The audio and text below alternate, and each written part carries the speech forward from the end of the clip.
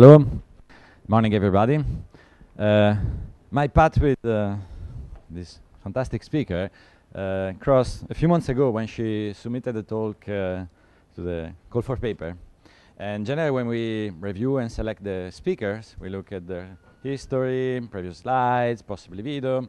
So I look at the different talks that she gave, and amongst them, one was about the imposter syndrome, which everyone knows about it. And the second one was this fantastic talk. And when I saw it, I said, wow, it's fantastic, we have to have it. And I did something which is not common. I mean, writing to someone that proposed, I want to come and speak about this, and say, yeah, interesting, but please, can you come and speak about that? So I took a deep breath and I said, okay, let's try. And I asked her if she was keen to talk about the cost of expertise here, and the cost of the cult of expertise, because this is the word, the important word. Everyone is here because of code. Yeah, I care about coding. I mean, I'm a coder. I don't care about this stuff. It's not true. It's an industry. What pays your bills at the end of the month? It's this industry. And it's an industry about you as a business owner. And it's an industry about you as a developer who is paid. It's an industry as an ecosystem. What she talks about impacts the way I'm paid or the way you are paid, and the way we think about our industry. So it's a pleasure for me to have her here, and you can start bragging again. Thank you for coming. And, no, thank you so much. And to be honest, I think the talk I submitted wasn't very good either. So this one, much, much better. So just to do a little bit of housekeeping first, how many people here are native speakers of English? Who has English as your first language? Okay. No problem. It's cool. It's cool.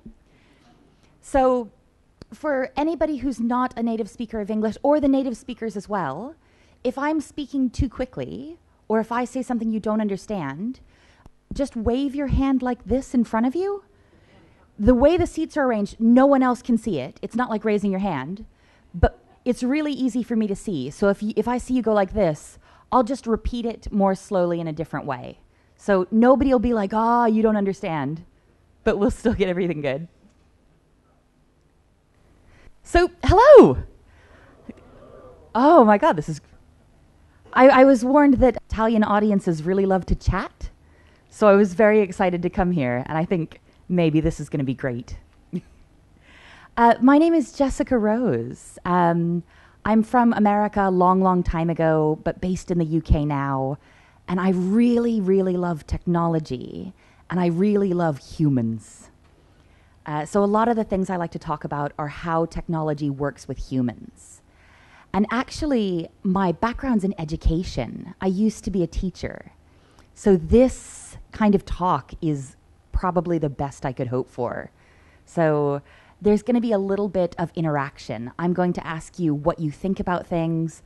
I won't call on you, I promise. But yeah, if I ask you a question, feel free to yell at me. We're videotaping this, but I think the videotape is only really going to get what the microphone picks up. So if you are worried about saying something dumb, I'm going to repeat it. I will be the person who sounds silly. And just to get things started, because we're going to have some interaction, good morning! Good morning. Ah, this is the best audience. So to get started speaking, I work for Dream Factory in developer relations, and I'm always nervous talking about developer relations because the job is a little bit too good. I'm worried that my boss will notice this job is too good and take it back. But I travel around and I get to talk to developers about what they're building. And I get to take that back and talk to our team who works on an open source project and say, hey, developers are using us to do this. Let's change. Or developers want that. And it's just really, really fun. But before I started working with Dream Factory, I did a lot of work with underrepresented talent. So people who wanted to get into the tech industry from outside. And because of that, I also did some consulting work with companies. Companies would come to me and say, hey, we need to find a developer. But usually they were teams that had maybe 10 or 15 people, and they wanted to get a more diverse team. So they would come and say, Jessica, we really want, and usually they'd say, we really want a female developer. Do you know one?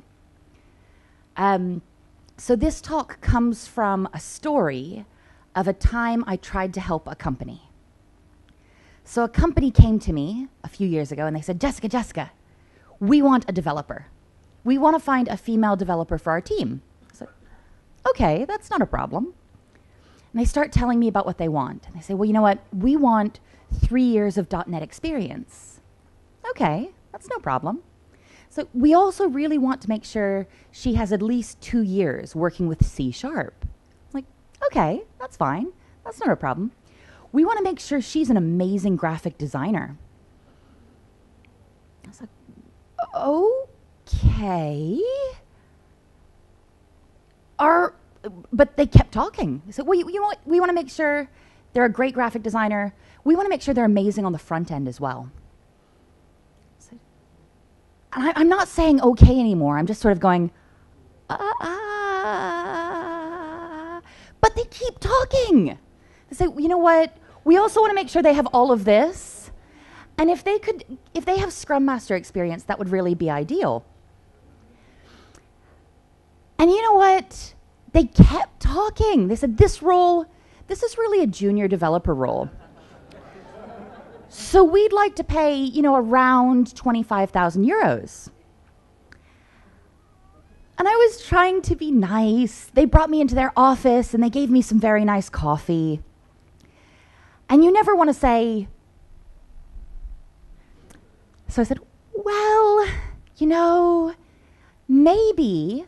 And I started to give them some advice and said, you know what, if you're really interested in getting a female developer here, let's talk about how you're shaping this. Because I found, Forbes always says, you know what, men put themselves forward when they have 60% of the requirements. And you know what, women put themselves forward when they find 100% of the requirements and meet them. And this seemed like an interesting thing, so I wanted to find where that came from. And this comes from an internal study that HP did with their applicants putting themselves forward for promotion. So they found that in internal promotions, men tended to go for it when they had maybe 6 out of 10, and women tended to go for it when they had 100% or more. So instead of saying, you're wrong and this is terrible, I said, well, if you want to get a female developer in, maybe changing the way you shape this language would be important. I was trying to be really gentle, but what I was thinking was, no, honey, no. And I start trying to be a little bit more firm and say, well, this isn't very realistic. I only know one person who could meet all of this requirements in the whole country, and she's very senior. She would never take this job. So I'm getting a little bit more firm. I was like, well, you can't do this. It's not going to work. And they stopped me. They said, well, before we called you, we put this ad on the internet, and we already had someone who met all of the requirements. We had someone who met all of these requirements, and they sent us their CV. And because it's a city that I live in, I said, wait, is it, and we'll pick a random name, say, is it Mary? And they're like, yeah. Mary applied for this job. I was like, okay, well, you should double the salary and give this job to Mary. Mary is the only person, maybe in the world, who will ever have this insane list of requirements. And they said, well, we had Mary come in. She came in for an interview, and we just don't like her. She's not very confident. She's not really a good interviewer. So we want you to find 5 or 6 other people who have these skills, and we can interview them. And I just left. I was like, yes, very good. Good. I'll call you. I'll call you. Bye. But they emailed me a month later to say, we don't need your help. We hired someone. I said, okay. Did you hire Mary? No, we hired this guy who just graduated, but he's a really fast learner. He did really well in the interview. He has none of the skills we wanted. But you know what? He's just a really good dude. And I wasn't holding a microphone because I think I would have maybe just... and I went away and never talked to them again. They were nice. They had nice coffee. And this made me really think, in technology, how do we value expertise? When we're looking for an expert, when we're looking for someone to do the job, what are we really looking for? And this is an open question. It's not just a hypothetical. Tell me, like, in technology, what makes an expert? How do we choose who are the experts in technology? Just yell at me. I'm not... Yeah. Nowadays, it's very easy to be an expert because we have access to a lot of information. So in a very small time, you can, you can become an expert very soon in the technology field. I mean, Yeah. web skills and so on. Okay, so by doing research and sort of diving into it, you can make yourself an expert really quickly. How do we how do we identify who is an expert? What makes someone an expert in your field? It's able to search on It's funny, but oftentimes I've seen people list on CVs like my Stack Overflow profile is. And like Stack Overflow, we're using that as a measure of expertise now. What else are we using? So we're using Stack Overflow, Twitter, yeah. Or even if they put themselves forward, like I am a thought leader in. So social media, people presenting themselves as experts, Stack Overflow. What else are we using to determine who is an expert? GitHub, yeah. I like that a lot because that's the opportunity to say, I did this. And it's really evidence-based. I feel so sorry for everyone who's... I usually request this slot for keynotes. And for speakers, we call it the hangover keynote. Is everybody feeling sort of okay? Everybody's a bit like, I'm sorry to make you answer questions first thing in the morning, hopefully after a good night out. Anything else? Is there anything else that makes us an expert in technology? Yeah.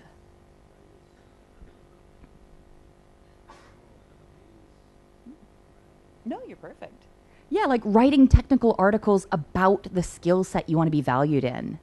And one of my favorite ones that we didn't mention is putting yourself forward as an expert. If you grab a microphone and you can confidently talk about something, you get to be an expert.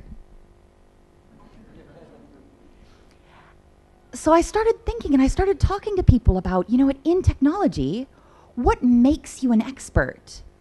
And from that, I got into thinking even more, are we valuing skills properly?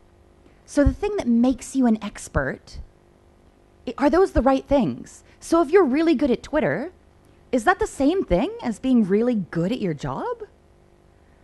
If you're great at Stack Overflow, are you going to be helpful and good and considerate with your other developers? Maybe there are some nice Stack Overflow answers, but I don't see them often. So I was going to go ahead and do a quick poll. So teacher hat on again. Who here has left a job because you weren't being appreciated for your skill set? Who left a job because people didn't recognize all of your skills? I feel like we've got half of the room and half the room. So for folks looking at this video, everybody over here is like, yeah. And everybody over here is very polite and modest. They're like, well, I'm all right. And I started thinking about the idea of expertise versus skill. You can be incredibly skilled. You can be an excellent architect. You can be an excellent Python dev. You can be a glorious documentarian.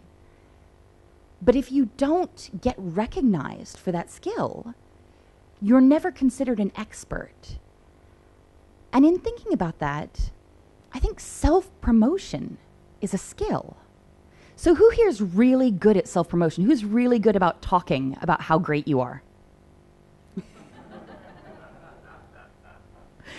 For those of you watching on the video, there was like one person over here I'm not going to point at who was like, yeah! No one else has their hand up. So for people who are hiring, people who are looking to build out your team, the people who are putting themselves forward, who are self-promoting, are demonstrating a skill that is not necessarily the skill you're looking for. When you're looking for someone who can do X? Do they need to be a self-promoter on top of that? And it seems like the answer to this should be no, but recognizing that there are many roles that you want self-promotion attached to. If you're a startup and you want to hire developers who are also going to spread the message about your startup, self-promotion could be a really valuable skill. But if you're just looking for somebody to come and hang out and help build cool stuff, being careful to see that you're not hiring for self-promotion is a great way to do that. And in technology, having to think about who is identifying skills for us, who's choosing the experts. So you've got some really great opportunities in technology to self-select as an expert. You can answer tons of questions on Stack Overflow. You can give great talks. You can write amazing code on GitHub. But you're not always putting yourselves forward. Employers, journalists, TechCrunch, Wired, and even community organizations have the opportunity to choose, either through an official organization or through a democratic community, who the experts are. And people putting themselves forward as experts can be really dangerous. The people who think they're fabulous, the people who think they're the thought leaders, the people who think they should be telling you the way to do things, maybe are not always the best people to help. Does anybody know about the Dunning-Kruger effect? Yes, this is my favorite cognitive bias, which is a very geeky thing to love. Has anybody ever used lemon juice as invisible ink as a child? Yeah. So if you put lemon juice on paper, it doesn't show up until you heat it up. And there was a bank robber in the United States in the 90s who covered his face with lemon juice and went to rob a bank, later explaining that the cameras shouldn't be able to see him because it was invisible. And I think if most of us had seen this story, we'd ha ha ha ha ha and have some more nice coffee. But two researchers, Dunning and Kruger, back in the late 90s, saw this and they got really excited. Like, wait, Dunning, yeah, Kruger, do you think stupid people know they're stupid? Well, we should probably get some grant money and study whether or not stupid people know they're stupid. And because they're scientists, maybe they were a little more gentle. They said the unskilled instead of stupid. I think they probably said stupid, but wrote the unskilled in their papers. They took 2,500 people and gave them a test. And here's what their test results look like, very predictable. You know, we have the bottom quartile, and moving on up, that's what we expect test results to look like. But before telling people what their scores are, they asked them, they said, hey, Marcus, we gave you a test. Before I show you your answers, can you show me on a graph how you think you did relative to your peers? If this is the score, where are you? And they found that the people who are the least skilled rated themselves artificially high. And that the closer you get to being an actual expert, the more likely you are to understate your own actual skill level. The people who genuinely believe they're right about everything are scientifically idiots. If someone is coming to you and telling you that they are the premier expert in anything, they're either lying or dumb, or they invented it. So very quickly, I'm going to talk to you about expertise on teams, expertise in communities, and expertise for individuals. So why they're important for teams, communities, and individuals. And because I really love talking about practical things, maybe ways that we can fix expertise and skill recognition around these different spaces. So in teams, who here is working for a company that is hiring right now? People watching on the video will be shocked to know that's almost everyone. Who here has been hiring for the same role for more than 3 weeks? More than 3 months. More than a year. So yeah, we've got folks who've been hiring continuously for the same roles for over... What kind of roles are these? So, what kind of software developer? Oh, Java backend. If anybody does Java backend. So looking for a Java backend developer. Who else has been looking for a long time for the same role? JavaScript developer. Anything else? PHP? Oh, I know a really great PHP person. So when you're looking at teams and expertise, you're not just saying, I need a JavaScript developer, I need somebody to do the backend in Java. Have a think about the skills you really need. In technology, we love to say, employers love to say, I'm hiring for potential. I'm hiring for the ability to learn. But when we actually hire, we do a terrible job with that. So those of you who are working now, who knew everything you needed when you started your last job? Who knew 100% of what you needed to start your last job? Shockingly, nobody. When you're looking for talent, especially if you're having a difficult time, look for what you'll really need. If you're hiring a back-end Java developer, you need to stop and think, what do they need to do in the first 2 weeks? What do they need to do in the first 3 months? If they stay with us, what will they need to do in the next 2 years? Hiring for the ability to learn and grow is incredible. Look outside of where you're looking now. So who here who's hiring requires a degree at your company? Oh, only a couple, yeah. Looking for non-traditional talent is an incredible way to find not only the skills you need immediately, not only get a JavaScript developer, but to get somebody who has additional skills. If you hire somebody who used to work as a writer, you've got great documentation in-house. If you hire someone who used to be a teacher, they're probably going to want to go and speak and bother people early in the morning. So hiring people is so important. But earlier, I asked who left a company because they weren't properly being appreciated. So many people. Look for the process as well as the results. So when you have a team, when you are working with people, it's so easy to look at what they're delivering. Say, hey, this got pushed, this got finished, this is great.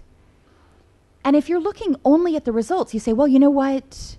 This person on my team is pushing most of the commits. They must be the best. We should reward them. But taking time to look at the process, who's helping out, who's mentoring, who's writing the documentation, who's going back and fixing those commits when they're broken, is a great way to make sure you're rewarding the right people. And that's so important. Unrewarded talent is going to leave. In technology, people tend to change jobs every 2 to 3 years. That is incredibly expensive. Recruiting sucks. If you're able to recognize the talent you have on your team, reward them, not just with money, but with appreciation. Say, hey, I see that you've done this. I see you're working on that. You're probably not going to keep them forever, but getting another 6 months out of somebody who loves their job and feels rewarded is an incredible way to go. How do you fix that? I don't think I can tell you how to fix hiring in technology overall. If I could fix hiring in technology, I would probably be at home in a mansion, very rich and very happy. But I'll give you a couple of things from when I was consulting that I really like around the hiring process to try and find people who are very skilled. Ask to see a set of skills instead of asking someone to talk about them. So with my job, I talk to a lot of cross-community events. So I'll speak at a Java conference, and then I'll speak at a Perl conference, and I'll speak at a PHP conference. And if you speak at conferences, people will offer you jobs. And if you speak at different conferences, people will offer you jobs you cannot possibly do. I've been offered a job as an architect for large-scale enterprise things. The pay was great, but I could not fake that. I've gotten offered a role writing Perl. Like a couple people. The people who are able to talk confidently and happily about a skill set are not necessarily the people who are able to do it. I can really happily talk about the linguistic background of Perl and how that influences the language today. I can't write Perl. Have people show you their GitHub accounts. Have people show you things they've built. Don't just let them talk.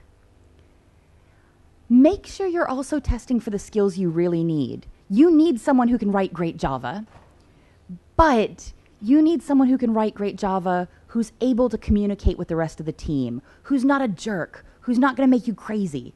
You need someone who's a back-end Java developer and a just general decent human being. Hiring for decent human beings is great. And I'm going to give you a very practical thing that I love for hiring usually middleweight and senior people. Who here does pair programming in your interviews? Excellent. So that's a couple people. I love pair programming in interviews. Ideally, I love to get people to pair program on something they've never worked on before. If you're hiring a Java dev, have them play with Ruby. You already know that they can do the Java work. You've seen their old code. You've had them demonstrate. You've probably had them take a test. Here, you want to see that they have problem-solving skills, and you want to make sure that they're communicating clearly, that when things are frustrating, they're learning on the job, even if the job is a 20-minute pair programming exercise. My favorite thing for senior people or middleweight people is if you can get an intern, someone very junior, if you can get the youngest person on your team, and you have to tell them, you're not going to get in trouble. This will be fine. Say, get a middleweight person or a senior person to pair program on something they're not familiar with someone who's very junior. This is the fastest way to see if someone is going to be a jerk. I've had a bunch of clients do this. I'm not sure if you would be surprised. I was surprised how many times someone asking for a job, someone interviewing for a job, will yell at an intern or be condescending, 2 or 3 times even swearing at them. How do you not know that? What are you doing? You know what? This is just not working. And what that person is telling you is, hi, I am going to be terrible to work with. I'm going to be insufferable. I'm going to be a jerk to the juniors. I'm going to be horrible to marketing. And you know what? If you're my supervisor, I'm going to make your life incredibly difficult. You don't care whether or not they can write Ruby as a back-end Java person. You desperately care whether or not they're going to make you unhappy. One thing I also really like is calling in outside consultants. This logo is for gap jumpers. I don't work for them. They don't pay me, but I love them. So who uses tests as part of your recruitment process? Yeah, lots of folks. These folks do blind auditions for tests. So a company will work with them to develop a test, and they go out and they find your applicants. You never see them. You don't know their name. You don't know if they went to university. You don't know if they're 22 or 55. All you see is how they did on your test. And based on their skill, based on their merit, you get to choose who you interview. And it's a really cool way of eliminating some biases, but more importantly, it's a great way of seeing who's genuinely the best at doing the job. I'm a community nerd. I love communities. Communities are just a bunch of humans getting together who love the same thing. And communities and expertise is really interesting. In teams, it's really a little bit one way. The person hiring for the team or the person managing the team is really in charge of choosing who the experts are. In communities, it's so democratic. We all get to choose who we think the most important people in our communities are. And I think our communities need to better support a diverse range. Not we need more women or we need more people of color, which is still true. We need more people with varied skill sets. So who here's used an open source project with terrible documentation? Even people sleeping in the back were like, yeah. Recognizing skills that are not always identified in a community, looking for people who are doing the hard work that's not glamorous. Say, hey, you were working on this documentation. You're amazing. I love you. Thank you. And we deserve better heroes. Oftentimes, people who are really visible in our community, either through self-promotion or by showing up first or by building a cool thing, sometimes they're jerks. By communities being democratic, we're able to say, you know, we value what people are building. We value the history in our community, but we also value being warm and welcoming and building the community. We've got the opportunity to find people who are doing great work, who are lovely, and making them our heroes. Just like on teams, in communities, it is so desperately important for us to recognize skill. If you're not, they're just going to leave. Who here's left a community or an open source project because you weren't being appreciated? Well, fewer people, but the people who did raise their hand were just like, The way we fix this is great. You don't have to wait until your hiring manager is hiring for nice people. You don't have to wait until your boss recognizes skill properly. In your community, you get to choose. And the best one is be suspicious. If someone comes into a conference and says, do you know what? I am the premier thought leader in this. Really? Really? You don't have to be mean, but listen to them. Listen to them demonstrate what they have to offer. And don't just let people put themselves forward. Look for what's happening in your community. If you're really active on an open source project, look at who's actually building things. Look at who's helping. Not just the little core circle of folks who are really intense. Who's raising issues you care about? Who's asking questions that are important? And when you find those people who are quiet and not self-promoting and doing amazing work, let them know. Who here has complained about an open source project that had a bug or wasn't working? Who's just been like, no, this is terrible? Who's complained? Who here has sent a really nice note for an open source project about something that worked really well? Oh, I was about to compliment you, be like, I love you. You're like, no. There's somebody back here who's just my absolute hero. When you see a new feature being added, or you see a bug being fixed, or oh my God, when you see documentation happen, give positive feedback.